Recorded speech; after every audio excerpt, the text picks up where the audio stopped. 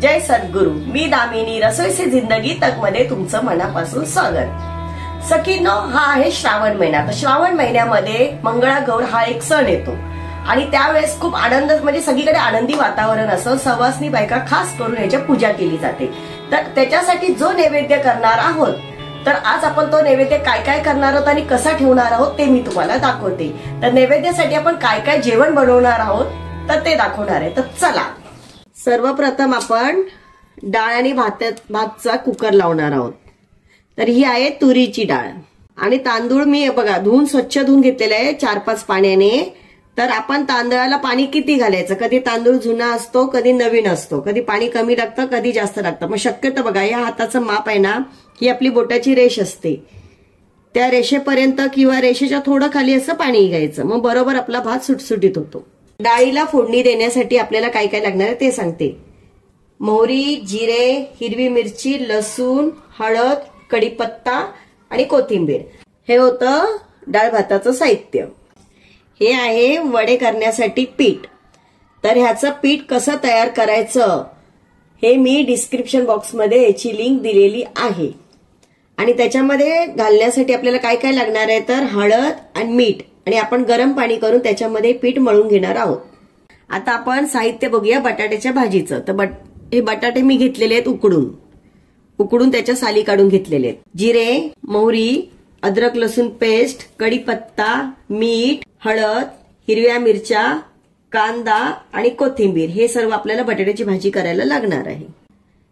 हे आळूच्या भाजीची पानं, याला फदफद पण म्हटलं जातं. हे नाही त्याच्यासाठी लागणारं साहित्य: कोकम, हिरवी मिरची, लसूण, भिजवलेले शेंगदाणे आणि मीठ. तर हे होतं सर्व साहित्य. आता आपण काय करणार ते कुकरला लावून घेऊया. याच्या 2 शिट्ट्या करणार आहोत. हे बघा आपलं ना, आपण आळू ना वाफवून घेतलेला आहे, तो 2 शिट्ट्या करून. तर आता आपला तो शिजलेला आहे. आपण काय करणार आहोत त्याला मिक्सरमध्ये वाटून घेणार आहोत आणि त्याच्यानंतर याला बारीक थोडंसं वाटणार आहोत. 1 फेरीमध्ये ते वाटून होत आहे. किती मऊ मस्त शिजलेलं आहे तो. आणि आता त्याच्यानंतर आपण त्याला फोडणी देणार आहोत.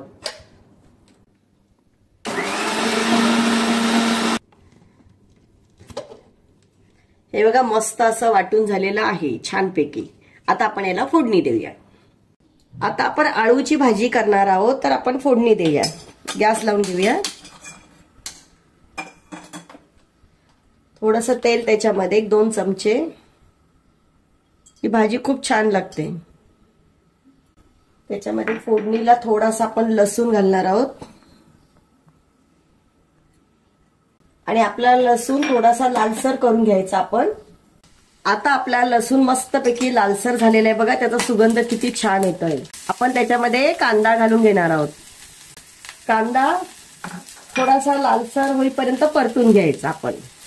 या भाजीला ना लसूण आणि कांदा जास्त लागतो. आता आपण काय करूया, त्याच्यामध्ये हे हिरवी मिरचीचे बारीक तुकडे केलेले आहेत, मी काप केलेले आहेत, ते घालून घेऊया. तुम्हाला किती तिखट लागतं त्या हिशोबाने मी 2-3 मिरच्या घेतलेल्या आहेत. आपण जेव्हा आळूचं फतफत किंवा आळूची भाजी म्हणतो, तर त्याच्यामध्ये आपण वाटतो ना ज्या मिक्सरमध्ये किंवा कुकरला लावतो, त्याच्यामध्ये पण आपण मिरच्या घालू शकतो. पण मला अशा आवडतात म्हणून मी अशा टाकल्या. आता आपला मस्तपैकी कांदा लालसर परतून झालेला आहे. आपण त्याच्यामध्ये हे भिजवलेले आपण शेंगदाणे घालणार आहोत आणि ते छानसे परतून घेऊया आपण. या भाजीमध्ये ना खास भिजवलेले शेंगदाणे छान लागतात. आता आपण थोडेसे कोकम घालून घेऊया त्याच्यात. तुम्हाला किती आंबटपणा हवा आहे त्या हिशोबाने. आता आपण हे आळूची पानं मिक्सरमध्ये वाटून घेतलेली उकडवून, त्यात आपण ते पाणी आणि ही भाजी घालणार आहोत.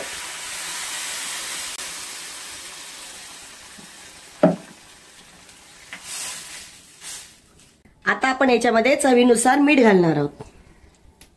आता आपलं सर्व काही याच्यामध्ये साहित्य टाकून झालेलं आहे. तर आता आपण काय करूया, याला 10 मिनिटं उकळी येऊन देऊया. आता बघा याला उकळी आलेली आहे. आपण काय करूया, याला 10 मिनिटं असंच बारीक गॅसवर शिजत ठेवूया. म्हणजे सर्व त्याच्यातला अर्क आहे ना, शेंगदाण्याचा, भाजीचा, हिरवी मिरची, लसूण, कांदा सर्व याच्यामध्ये मस्तपैकी उतरून जाईल रस. आणि भाजी खूप सुंदर आणि टेस्टी लागते. तर आपण आता 10 मिनिटांनी बघूया बारीक गॅस करून. चला आता 10 मिनिटं झालेले आहेत. आपण बघूया आपली भाजी झाली की नाही. हे बघा आपली भाजी मस्त पैकी झालेली आहे. किती छान हिरवागार असा कलर आलेला आहे त्याला बघा. आणि भाजी खरोखर खूप सुंदर लागते. शेंगदाणे टाकल्यामुळे ह्याला जास्त चव येते. शेंगदाण्यांचा प्रत्येक शेंगदाणा आपण घेतला की नाही एक शेंगदाण्याच्या पीस मध्ये ह्याचा पूर्ण आळूच्या भाजीची टेस्ट असते त्याच्यामध्ये. खूप छान लागते ही भाजी. आता आपण भाजी झालेली आहे. आपण आता वडे करून घेऊया. आता आपण वडे करून घेणार आहोत. थोडंसं तेलाचा किंवा तुम्ही पाण्याचा हात लावू शकता. मी थोडंसं तेल लावलेलं आहे. आणि काय करणार आहोत आपण हा पेपर असा फोल्ड करणार आहोत त्याच्यावर. तुम्ही प्लॅस्टिकचा घेऊ शकता कोणताही घेऊ शकता. आणि मस्तपैकी असे गोल होतात.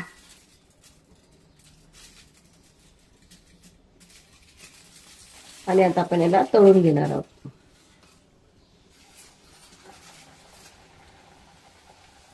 टाकताना सांभाळून टाका कारण तेल फार उखळलेलं असतं. तो कसा मस्त फुगून आलाय छानपैकी.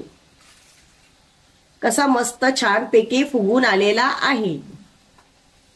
आता आपण असे सगळे वडे करून घेऊया. तुम्हाला आणखीन एक दाखवते. तुम्ही पाण्याचा पण हात लावू शकता किंवा तेलाचा पण हात लावू शकता.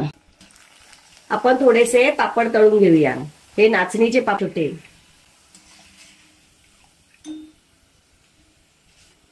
हा आपण लिज्जत पापड आहे तो तळून घेतलेला आहे. हे बघा ही आहे कुरडई गव्हाच्या चिकापासून केलेली असते. किती पांढरी शुभ्र आणि छान आहे. आपण आता ती तळून घेतली आहे. आता आपण करणार आहोत बटाट्याची भाजी. तर आपण थोडंसं तेल घालून घेऊया त्याच्यामध्ये. तेल गरम झालं. आता आपण मोहरी टाकून घेऊया. थोडेसे जिरे, थोडासा कढीपत्ता. आता तुम्हाला किती तिखट लागतं त्या हिशोबाने आपण मिरच्या घालणार आहोत. बटाट्याची भाजी जरा तिखटच चांगली लागते कारण बटाटे गोड लागतात म्हणून. याच्यामध्ये कांदा घालणार आहोत.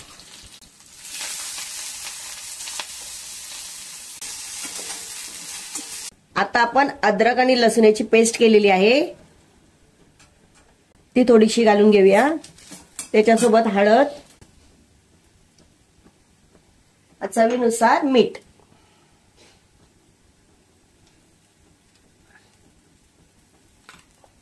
आणि आता हे छानसं मिक्स करून घेऊया. आता आपण बटाट्याच्या फोडी केलेल्या आहेत ना ते टाकून घेऊया त्याच्यामध्ये आणि छानसं परतून घेऊया. आपली भाजी झालेली आहे. आपण थोडंसं सजावटीसाठी आणि चवीसाठी कोथिंबीर घालून घेऊया त्याच्यामध्ये आणि छानसं परतून घेऊया. आता आपली बटाट्याची भाजी तयार आहे. आता आपण डाळीला फोडणी देऊया. थोडंसं तेल घेतलेलं आहे 2 चमचे. आता आपण मोहरी घालणार आहोत. थोडेसे जिरे, लसणाच्या 7-8 पाकळ्या, कढीपत्ता घालूया.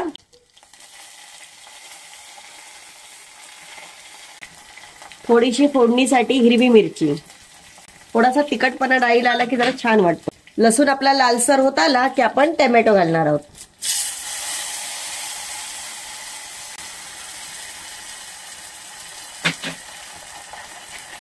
आता आपला टोमॅटो शिजत आलेला आहे थोडासा. त्याच्यामध्ये आपण काय करणार आहोत त्याच्यामध्ये ही बघा आपण डाळ शिजवलेली मी घोटून घेतलेली आहे तिला थोडीशी रवीने. आता आपण ती याच्यात घालून घेऊया. ही डाळ घट्ट आहे आपण पातळ करणार आहोत.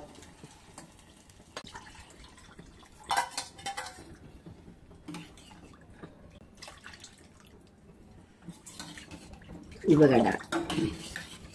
आता आपण काय करणार आहोत त्याच्यामध्ये ना हळद आणि मीठ चवीनुसार मीठ घालणार आहोत. थोडीशी हळद, चवीनुसार मीठ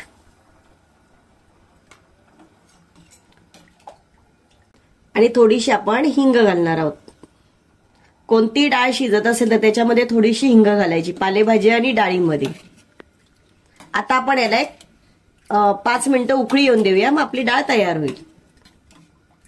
हे बघा, आपली डाळ आता मस्तपैकी उकळल्या गेलेली आहे. आता आपण काय करूया, त्याच्यामध्ये थोडीशी कोथिंबीर घालूया. मस्त हिरवा आणि पिवळा किती छान कलर आलाय, त्याच्यामध्ये टोमॅटोचा लाल कलर. आपली डाळ तयार झाली आहे.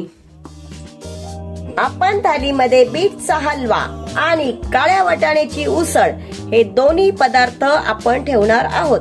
तर बीटचा हलवा कसा बनवायचा आणि काळ्या वाटाण्याची उसळ कशी बनवायची या दोघांच्या वरती पूर्ण व्हिडिओ आपण केलेला आहे. त्याची लिंक मी खालील डिस्क्रिप्शन बॉक्स मध्ये दिलेली आहे.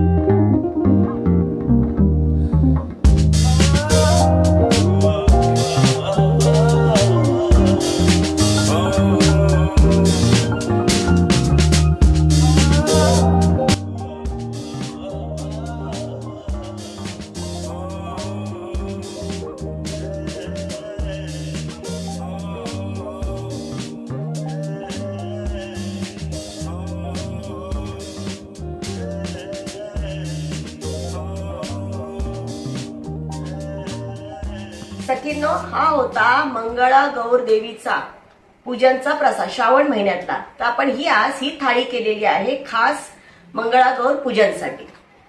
असेच मी वेगवेगळे व्हिडिओ तुमच्यासाठी आणणार आहे. जर तुम्हाला आवडत असतील तर तुम्ही लाईक, शेअर, सबस्क्राईब करा. थँक्यू.